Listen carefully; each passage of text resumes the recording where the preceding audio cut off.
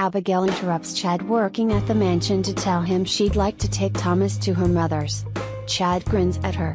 They can spend some time together. Abby goes and Andre appears to discuss the possibility that Stefano is alive. Chad hasn't heard from him. He'd have told Andre, the same way Andre told him that his wife was alive. Andre chuckles, knowing Chad's still angry. Andre admits he has come to care for Abby. She's brave and loyal. Chad doesn't want to talk to Andre about his wife, stating he's the last person he'd go to for relationship advice. He goes and Andre mutters, "You think you know everything, don't you? Just you wait, little brother." Outside at the prison, Hattie reminds Hope that Coco and Sheila killed Chili and they want Hope dead, too. Hattie starts doing stretches. "I'm getting ready for the rumble," she says.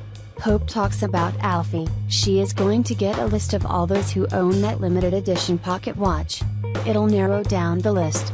Hattie cries, thinking of what Alfie did to her. She'd like to wring his neck. Hope learns that Alfie had an accident. Ortiz, the guard, approaches. It's time for Hattie to start dinner. Hattie jokes that she'll make something fancy, but Ortiz says it'll be Swiss steak and instant mashed potatoes. Once she's gone, Hope requests Ortiz's phone. Ortiz hopes she's calling to make a prison transfer. She goes and Hope makes a call overseas to find out who purchased the Chantu's pocket watch. The man checks his logs and Hope makes a list, learning Andre Di Mera is one of the buyers. She rips up the list and tosses it and someone comes up behind her and chloroforms her. Hope passes out. Hattie reveals herself. She sticks Hope into the dumpster and tells Chet, it's ready to go. Hattie seduces him into looking the other way. "The things we do for love," he says, and takes the dumpster, along with Hope, away. Later, the alarms sound. Coco and Sheila find Hattie. They heard a prisoner escaped. Alone, Hattie grins. Bon voyage, Hoppy. In Prague, Steve and Rafe talk about time ticking.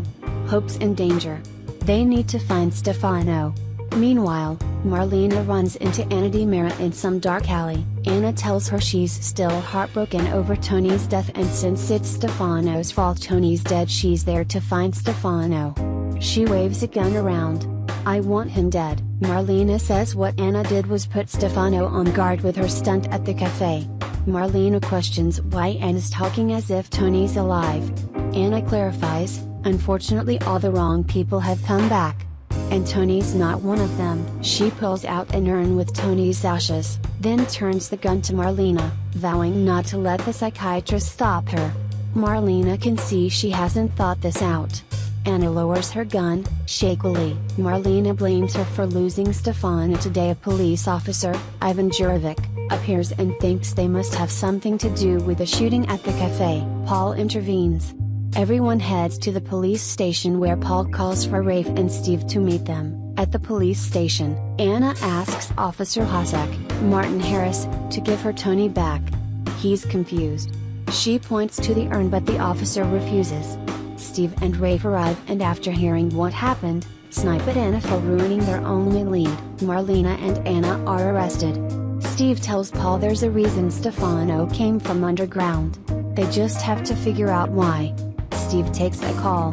The arms dealer they think is Stefano is making an arms deal. Abigail drops off the baby at Jen's. Abby's nervous, feeling like she's always auditioning to Chad to show him she's the same woman he married. Jennifer calls her even stronger. Abigail goes and Jennifer shows the kid around, telling him all about those family members in the photos he sees. Abby and Chad dine at TBD. The awkwardness turns to romance. Chad wants to get wine. They eat burgers and oysters. Abby talks about her new resolution to do things that make her uncomfortable. She knows he loved her once.